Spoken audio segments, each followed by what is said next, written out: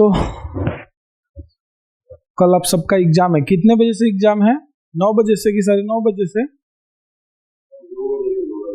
2 बजे से है। और एडमिट कार्ड पर क्या लिखा है, टाइमिंग का लिखा है?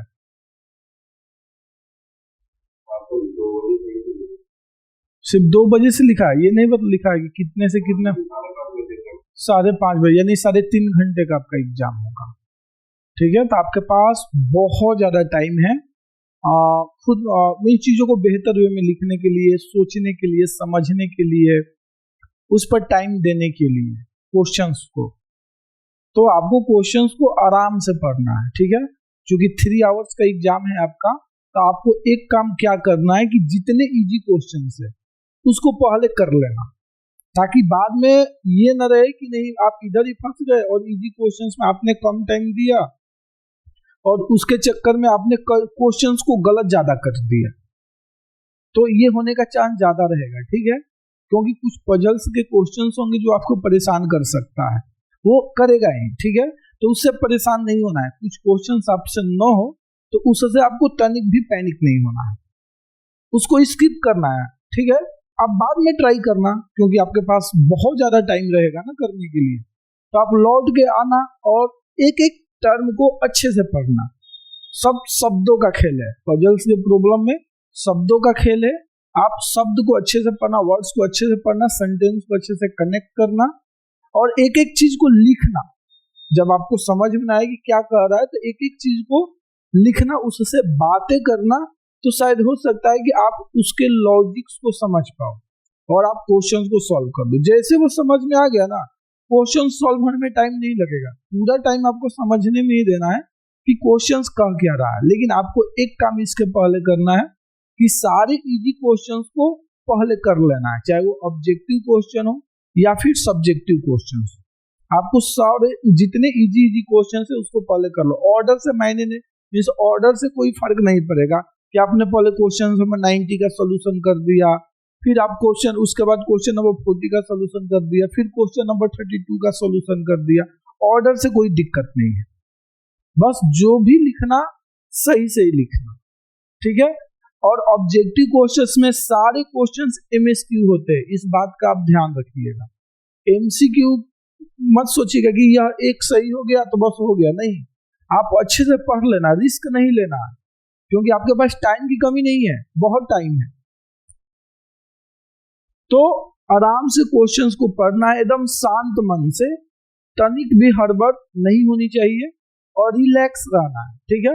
आराम से पढ़ो क्वेश्चंस को, और जो भी क्वेश्चंस होगा इजी होगा। आप पीवाईक्यू को किए ही हैं, जो भी क्वेश्चंस कैलकुलस का है या एलजेब्रा से जो क्वेश्चंस है, जो कॉम्बिनेटोरिक से या जो डिस्क्रीट मैथ से क्वेश्चंस है, तो वो क्या है, ऑलमोस्ट काफी इजी क्वेश्चंस। क्वेश्चंस कहाँ पर थोड़ा बहुत आपको चैलेंजिंग मिल रहा है, पजल्स के क्वेश्चंस में आपको थोड़ा चैलेंजिंग फेस हो रहा है। फिर इसके बाद कोडिंग के क्वेश्चन वो इजी है। स्टैटिस्टिक्स के क्वेश्चन जो पैराग्राफ टाइप में दे रहा है वो भी इजी है। तो ये सारे के सारे क्वेश्चंस का सेक्शन जो है ना वो इजी वाला सेक्शन है। तो इसमें आप आराम से करना, ये नहीं कि जल्दी जल्दी के चक्कर में गलतियां ज्यादा कर देना। आपको ध्यान रखना है कि आपकी एक्यूरेसी ऑलमोस्ट 100% होनी चाहिए। राधिका ने जब पिछले साल एग्जाम दिया था उसका एक्यूरेसी ऑलमोस्ट 100% था, शायद उसका एक क्वेश्चन गलत था या वो भी नहीं था। 1 to 20 में सिर्फ एक क्वेश्चन गलत था और वो भी गलती से गलत हो गया था, नहीं तो वो भी नहीं होता। तो आपकी एक्यूरेसी ऑलमोस्ट 100% होनी चाहिए, क्योंकि आपके पास टाइम है। एक होता है कि टाइम की पाबंदी है, समय कम है, क्वेश्चन ज्यादा करना है, तो बात थोड़ा समझ में आती है। एक होता है कि चलो ठीक है, डिफिकल्ट क्वेश्चंस भी है, टाइम निकल रहा है तो भी मुझे समझ में आता है कि हाँ कुछ गलत हो सकता है। लेकिन जब क्वेश्चंस ही लॉलीपॉप है जो होने वाला है और उसको भी आप ओवर एक्साइटेड होकर के गलती कर दो, तो फिर तो ये पैर पर कुल्हाड़ी मारने के बराबर ही है। और क्वेश्चंस ओबियस आएगा तो ओवर एक्साइटेड आप होगे, मुझे पता है हर कोई होगा, और जल्दी जल्दी में आप टिक करके निकल जाएगा, अरे यार ये तो 1 सेकेंड का ही क्वेश्चन है। भले 1 सेकेंड का है लेकिन आप उसमें 1 मिनट देना, भले वो 1 मिनट का क्वेश्चन है आप उसमें 2 मिनट देना, क्योंकि आपको कितने क्वेश्चंस करने हैं, आपको ऑन एवरेज 26 से 27 क्वेश्चंस करने हैं, आपको ऑन एवरेज 26 to 27 क्वेश्चंस करने हैं ऑन एवरेज। तो उसके अकॉर्डिंग देख लो कि आपके पास कितनी टाइमिंग है, कितना टाइम है पर क्वेश्चन। यदि आप 27 ही क्वेश्चंस करते हैं, ठीक है, तो कितना हो जाएगा आपका 180 और उधर 210 टाइमिंग हो जाएगा ना। 30 मिनट ऐड कर दोगे तो इतना, यदि आप डिवाइड दोगे तो कितना आएगा देख लो। मुझे लग रहा है कि 9 दूना 18,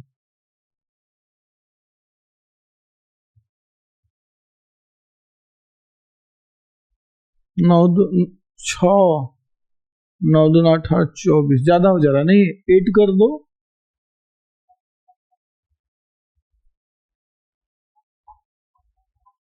पर क्वेश्चन 8 मिनट आपको मिल रहा है। यदि आप 27 क्वेश्चन करोगे तो पर क्वेश्चन 8 मिनट मिल रहा है। देख रहे हो ना कितना ज्यादा टाइम है, बहुत ज्यादा टाइम है। तो जो इजी क्वेश्चंस है, भले आप उसको 1 मिनट में कर सकते हैं, 1 मिनट में ही होगा, 1 मिनट से ज्यादा कोई टाइम नहीं लेता है, लेकिन आपको 2 से 3 मिनट देना है। तो यदि आप 3 मिनट भी देते हो और इजी क्वेश्चन मेरे अकॉर्डिंग आपको कम से कम 16 से 17 मिलेगा। बहुत लॉलीपॉप की मैं बात कर रहा हूँ, मॉडरेट भी नहीं, एकदम लॉलीपॉप क्वेश्चन। लॉलीपॉप वाले क्वेश्चन आपको 15, कम से कम 15 मिलेगा, फिर भी मैं 12 ले लेता हूँ, ठीक है।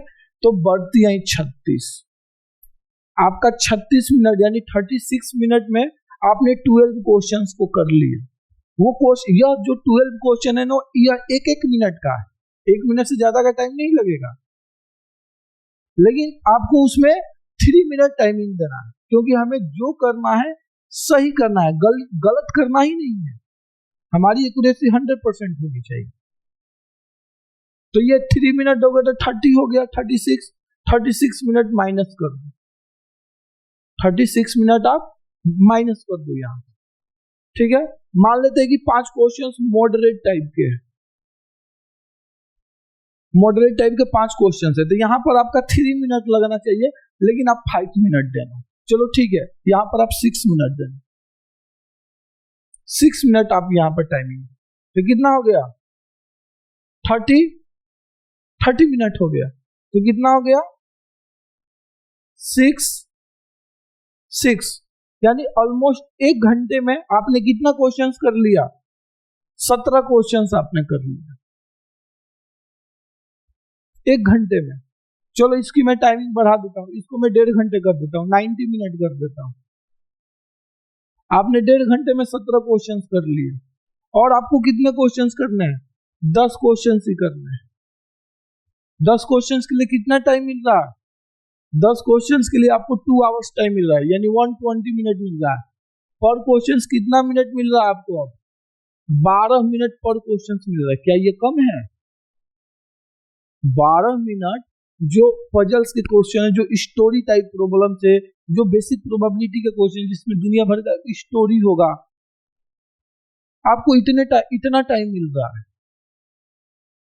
एक एक क्वेश्चन में। तो इसमें कोई क्वेश्चन 10 मिनट लेगा, कोई क्वेश्चन 16 मिनट लेगा, कोई क्वेश्चन 14 मिनट लेगा, ऑन एवरेज 12 मिनट में हो जाएगा आपको। यदि आप ऑन एवरेज टाइमिंग निकालोगे तो 12 मिनट के आसपास आ जाएगा। कोई क्वेश्चन 8 मिनट में भी हो जाएगा।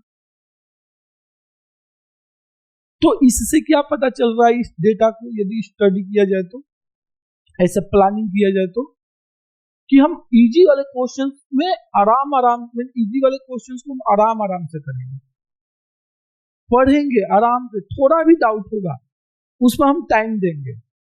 ये नहीं कि 50-50 का चांस लेकर के टिक करके निकल जाओ, नहीं, आप वहां पर टाइम दो, एग्जाम्पल से वेरीफाई करो, काउंटर एग्जाम्पल वही, आप एग्जाम्पल से उसको वेरीफाई करो, और उसके बारे में सोचो कि देखो कुछ और मैंने कहीं चीजें इधर उधर नहीं हो रही, ताकि वो चीजें परफेक्ट हो, आपका वो गलत न हो आपसे। तो इस टाइप से आपको टाइम देना है, यानी हड़बड़ाना आपको नहीं है, और रिलैक्स रहना है, क्वेश्चंस कम करने हैं, और टाइम बहुत ज्यादा है आपके पास, तो ये मिनिमम है, इससे ज्यादा हो गया तो और अच्छी बात। तो ये अब ये कि कैसे मैं ले रहा हूं, मैं 16 क्वेश्चन ले रहा हूं एमसीक्यू में, यानी एमएसक्यू ले लूं पार्ट ए में, तो कितना हो गया 32 मार्क्स हो गया। 10 क्वेश्चन वहां मैं ले रहा हूं, 11 क्वेश्चन वहां ले रहा हूं, 65 मार्क्स हो गया। छोड़ने के लिए कितने क्वेश्चन है आपके पास? 13 क्वेश्चन है, बहुत है। 13 क्वेश्चन बहुत होता है छोड़ने के लिए, आप आराम से बिंदास होकर के छोड़ सकते। यदि आपने ऑब्जेक्टिव 20 में 20 कर दिया, 18 कर दिया तो बल्ले बल्ले, और मैक्सिमम चांस है कि 18 हो जाएगा। ऑब्जेक्टिव टाइप क्वेश्चंस में आपको अच्छे से टाइम देना है, लेकिन पूरा इजी क्वेश्चंस को कर लेने के बाद, चाहे वो ऑब्जेक्टिव हो या सब्जेक्टिव, ऑब्जेक्टिव में लगे कि हाँ भाई इस क्वेश्चन में थोड़ा सा हम टाइम दे दे, सब्जेक्टिव के कंपैरिजन में आप उसको निपटा लेना, आराम से कर लेना, तब जाकर के सब्जेक्टिव वाले क्वेश्चन को अलग से मींस अच्छे से आप फोकस होंगे। तो सब्जेक्टिव वाले क्वेश्चंस में आपको ज्यादा डिटेल में सॉल्यूशन नहीं लिखना है, 2 से 3 लाइन के बाद आपको आंसर तक पहुंच जाना है। ये नहीं कि आप एक्सप्लेन करो, उससे कोई फायदा नहीं है। 3 मार्क्स मिलेगा, कितना भी आप कहानी लिख दो 3 मार्क्स ही मिलेगा। आप 4 लाइन में आंसर को लिख दो, 2 लाइन में आंसर को लिख दो, फिर भी आपको 3 मार्क्स ही मिलेगा। तो जब दोनों केस में ही 3 मार्क्स मिल रहा है तो क्यों मैं अपना टाइम बर्बाद करूं लिखने में कहानी, कि मैं ये अप्लाई कर रहा हूँ, वो अप्लाई कर रहा हूँ, this that, both side multiply, both side integrate, both side add, क्या जरूरत है ये सब लिखने की? कोई जरूरत नहीं है। आईएसआई की तरह नहीं है, नहीं पार्शियल मार्किंग ले लेते हैं कहानी लिख करके, ऐसा नहीं होगा।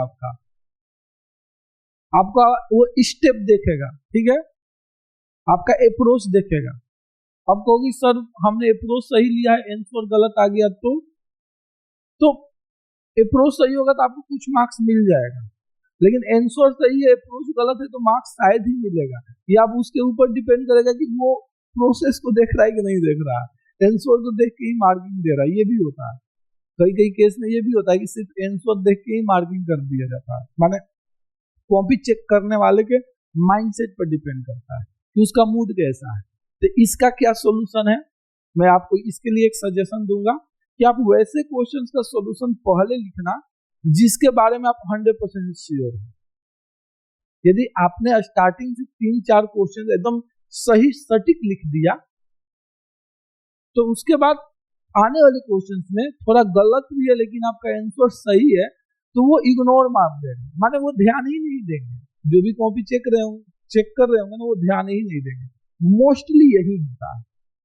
मैं ये नहीं कहूंगा कि 100% ये चीजें हो ही जाएगी, लेकिन मोस्टली हर किसी के केस में यही होता है। हमारे भी केस में होता है कि जब हम कॉपी चेक करते हैं, हाँ स्टार्टिंग का 3 क्वेश्चन किया, चलो आगे भी सही है किया, आंसर केवल मैच कर करके मार्किंग बैठाते चले जाते हैं। ये हर किसी के साथ होता है क्योंकि कॉपी ज्यादा है ना, आपकी 1-2 कॉपी तो नहीं है ना उनको चेक करने के लिए, बहुत सारी कॉपी है। तो ऐसा नहीं कि वो एक कॉपी में 2-2 घंटे का टाइम देंगे, नहीं 5 से 10 मिनट में वो चेक करके निकल जाएंगे, क्योंकि सारी कॉपी चेक करना है। 200, 300, 500 जितने भी बच्चे एग्जाम देंगे, 500 भी एग्जाम देते तो 500 कॉपी बहुत होता है और बहुत शॉर्ट टाइम में रिजल्ट देना है। और उस लेवल की कॉपी वही लोग चेक करेंगे, प्रोफेसर ही चेक करेंगे। तो आपको इन सब छोटी छोटी बातों पर ध्यान देना है। कहानी ज्यादा नहीं लिखना है, शॉर्ट में आंसर लिखो और सॉल्यूशन लिखो और उसका वो कर दो, ठीक है। ऑब्जेक्टिव टाइप क्वेश्चन में सॉल्यूशन नहीं लिखना है, सिर्फ आंसर को टिक करना है। सॉरी, ऑब्जेक्टिव टाइप क्वेश्चन में, सब्जेक्टिव टाइप क्वेश्चन में वो आपको पेज देंगे, उस पर लिख करके उनको सबमिट करना है, ठीक है। वो आपको वहां गाइड करेंगे, इसके लिए आपको हड़बड़ाना वगैरह नहीं है। बस एडमिट कार्ड ले लेना, पानी की बोतल ले लेना, मेडिसिन लेना होगा तो मेडिसिन ले लेना, ठीक है ना। एंजाइटी का, पेट दर्द का, सर दर्द का, एसिडिटी का, जो भी है ये आप ले लेना। इसके अलावा आप आई कार्ड वगैरह सब लेकर के जाना, जितना आई कार्ड है सब लेकर के चले जाना। क्यों, जब आई कार्ड दिया ही है सरकार ने, सब लेकर के जाओ जिससे वो संतुष्ट हो जाए, ठीक है ना। जिससे वो संतुष्ट हो जाए वो चीजें हो जाएगी, ठीक है ना। और किसी का एक प्रॉब्लम था, आपका प्रॉब्लम सॉर्ट आउट हुआ जी? किसने पेमेंट किया था बट उसका एडमिट कार्ड नहीं आया था, ज्वाइन किए हो आप? वो चीजें सेंटर पे भी जाने से हो जाती है, ठीक है। आप स्लिप वगैरह दिखाओगे तो वो कंसीडर कर लेते हैं, क्योंकि इसमें ऐसा नहीं कि बहुत ज्यादा भीड़ होती है। सीएमआई जैसे एग्जाम में बहुत ज्यादा भीड़ नहीं होती है, और ऊपर से डेटा साइंस का एग्जाम है।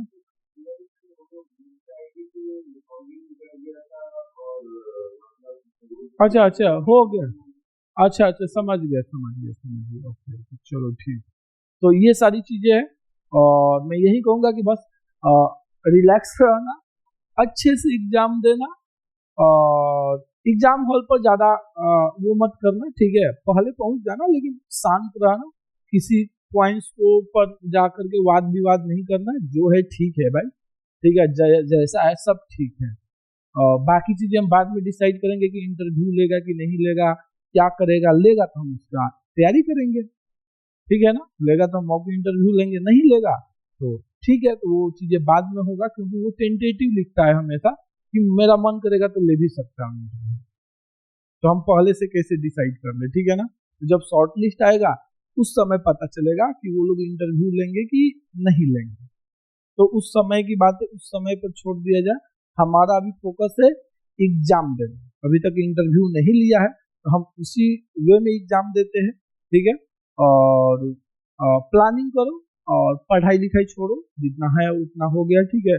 कोडिंग के क्वेश्चन को सही से करना, ठीक है, क्योंकि वहां पर है अच्छे से ये सूडो कोड वगैरह जो भी है उसको अच्छे से पढ़ना, उसको एनालिसिस करना, उसके बारे में सोचना, तब जाकर के लिखना। सब्जेक्टिव टाइप क्वेश्चंस में आप क्या करना, पहले रफ कहीं पर कर लो, जिसको आप स्टार्टिंग के कम से कम 5 क्वेश्चंस के साथ उसको कहीं रफ करके लिख लेना, फिर उसको वहां पर लिखना, क्योंकि आपके पास इतना टाइम है, बहुत ज्यादा टाइम है ना। तो आप पहले अच्छे से समझ लेना रफ में, वहां कोशिश करना कि ज्यादा कट पिट ना हो, इसलिए पहले रफ में कर लेना, फिर आप उसको जहां लिखना है वहां पर लिखना। तो जहां रफ कर रहे हो ना, तो वहां लिख देना कि मैं रफ करना, टॉप पर रफ लिख देना, फिर उसके नीचे आप जो भी करना होगा वो लिखना, ठीक है ना। तो ये सारी चीजें हैं, तो मेरे तरफ से तो इतना ही है। बाकी आपके मन में कोई क्वेश्चन से डाउट है तो आप मेरे से पूछ सकते हैं।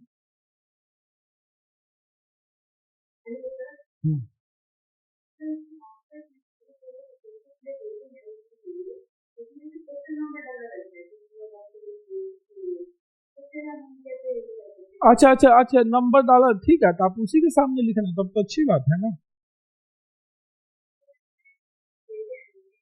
हाँ हाँ, तो बस उतने में ही लिखना, तब तो और अच्छी बात है कि आपको पता है कि इतने में ही लिखना, राम कहानी ज्यादा नहीं लिखना है, ठीक है ना। तो वो बहुत कम स्पेस देते हैं, ठीक है, मैं देखा हूँ। वो पीडीएफ तो अपलोड किए ही है ना वेबसाइट पर अपना।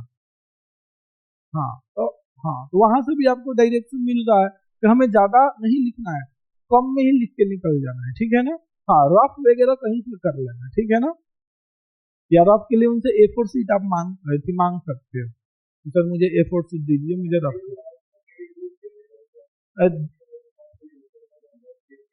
ठीक है, तब चलो, तब तो अच्छी बात है, ठीक। और कुछ?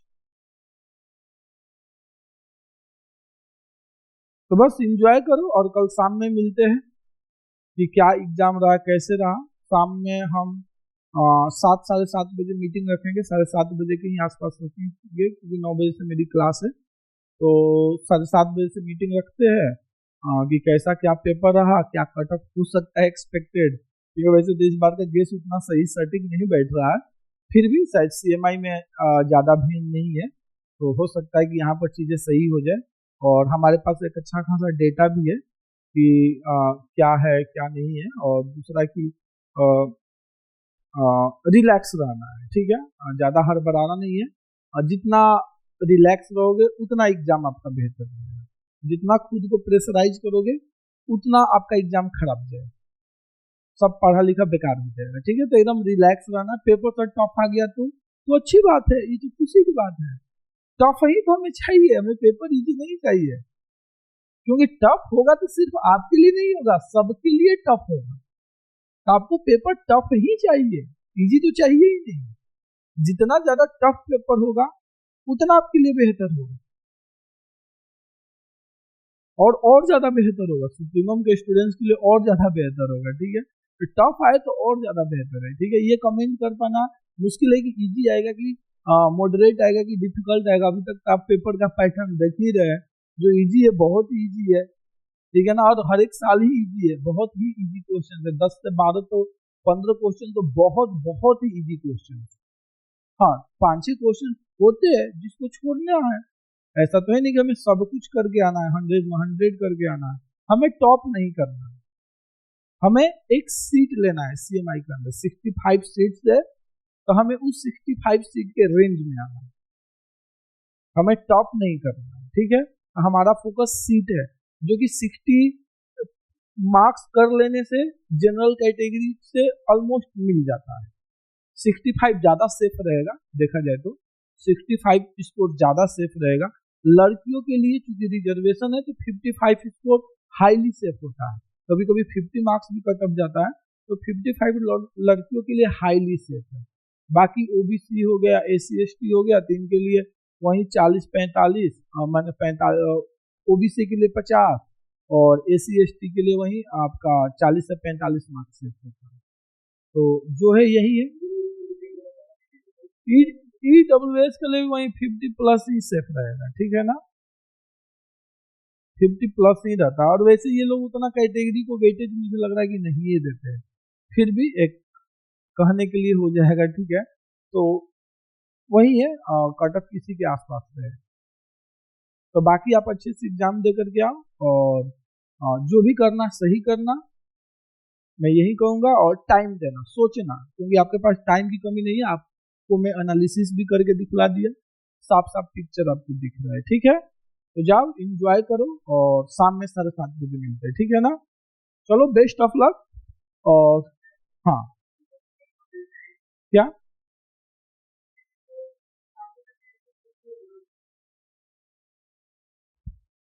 सेशन लेट, ठीक है, उस समय हम डिसाइड करेंगे, ठीक है ना। हाँ, मैं ग्रुप में मैसेज कर दूँ। चलो ठीक है, आप लोग अच्छे से एग्जाम दो। हाँ हाँ,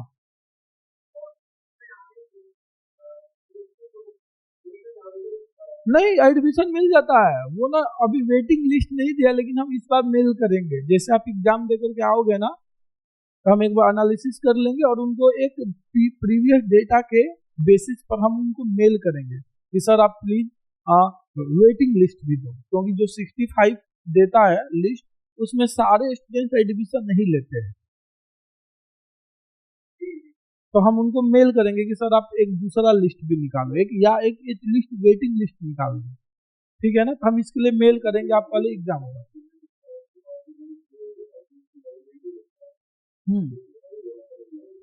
हाँ, तो हम मेल करेंगे, आप पहले एग्जाम दे करके आओ, उसके बाद हम मेल करेंगे, ठीक है ना। अगले दिन से एक अच्छा सा मेल लिख करके, अब प्रीवियस डेटा के बेसिस पर, कि आपने पिछले साल 2025 में 65 बच्चों को शॉर्ट लिस्ट किया, लेकिन एडमिशन 45 या 50 स्टूडेंट्स नहीं लिया। 2024 में भी सेम कहानी रही, तो आपने 65 को शॉर्ट लिस्ट किया, लेकिन एडमिशन 50 से 55 स्टूडेंट्स नहीं लिया। तो सर आपसे हम्बल रिक्वेस्ट है कि आप एक वेटिंग लिस्ट भी निकालो, जैसे ISI स्टैट्स निकालो। तो इस टाइप से हम कर देंगे, तो यदि सुन लेंगे तो अच्छी बात है, करने मेल करने में तो नुकसान नहीं है ना, कर दिया जाएगा, ठीक है। चलो, और कुछ, ठीक है, तो एंजॉय करो, और मूवी भी देखो, और क्या IPL मैच देखो, चल रहा है IPL देखो, ठीक है ना। बस साइड वाली मूवी वगैरह मत देखो, और जाओ रिलैक्स माइंड से, मैं यही कहूँगा, ठीक है ना। और क्योंकि 2 बजे एग्जाम है, तो आराम से सो, मोबाइल को साइलेंट करके, जगने का कोई चांस ही ना हो, जब तक खुद से नींद न खुले सो ही रहो, ठीक है। अब प्लानिंग कर लो, आजाद में, ठीक है, कैसे क्या करना है, अच्छे से खाना बनाओ, खाओ पियो, ठीक है, खुद से खाना बनाओ, और खाओ पियो अच्छे से, जो भी आपका मनपसंद खाना है, उसमें आपका टाइम जाएगा। घर में हाथ बटाओ, उसमें आपका टाइम जाएगा। खेलो कूदो, उसमें आपका टाइम जाएगा। बैडमिंटन मत खेलने लग जाना, उसमें हाथ चढ़ जाता है, फिर लिखने नहीं बनता है, ठीक है। तो माने वैसा गेम खेलो जो जिसमें दिमाग पर लोड ना हो, शरीर का एक्सरसाइज हो, ठीक है। ये नहीं कि बैठ करके लूडो छक्का खेल रहे हैं, ये बड़ी वो होता है, ठीक है, या और आप गेम खेल रहे हो तो वो चीजें होता है। तो मैंने वैसा ही गेम खेलो, माने बाकी आपके इंटरेस्ट पर डिपेंड करता है कि आपको क्या पसंद है, ठीक है ना, वो भी चीजें होती है। तो जरूरी नहीं कि मुझे लूडो छक्का अच्छा नहीं लगता है तो दूसरे को भी अच्छा ना लगे, ऐसा कोई जरूरी नहीं है। ठीक है, चलो कल मिलते हैं, शाम में बात करते हैं पेपर कैसा रहा। ठीक है, चलो बेस्ट ऑफ लक और अच्छे से एग्जाम देना। ठीक है ना, ओवर एक्साइटेड मत होना। क्वेश्चंस काफी देखा हुआ आएगा, तो ऐसा लगेगा कि मुझे सब पता है, तो मेमोरी पर मत विश्वास करना, सॉल्व करना देन टिक करना। ठीक है ना, सॉल्व करना है देन टिक करना है, न पास्ट में जाना है न फ्यूचर में जाना है, प्रेजेंट में रहना है। खुद को आपको प्रेजेंट में रखना है और प्रेजेंट के अकॉर्डिंग वहां देखना है कि कौन सा ऑप्शन ट्रू होगा। क्वेश्चंस को कंप्लीट पढ़ना है, भरपूर टाइम देकर। कई बार क्या होता है कि जब इजी क्वेश्चंस आता है, देखा हुआ क्वेश्चंस आता है, तो हम इनकम्प्लीट पढ़ करके क्वेश्चन को टिक कर देते हैं। ये मेरे साथ भी होता है, ओबियस की बात है कि आपके साथ भी होता है, ये हर किसी के साथ होता है। तो हमें इस बात को ध्यान रखना है कि हमें हर क्वेश्चन को कंप्लीटली पढ़ना है, चाहे वो देखा हुआ क्वेश्चन हो या फिर अनदेखा क्वेश्चन। ठीक है, चलो bye bye, best of luck.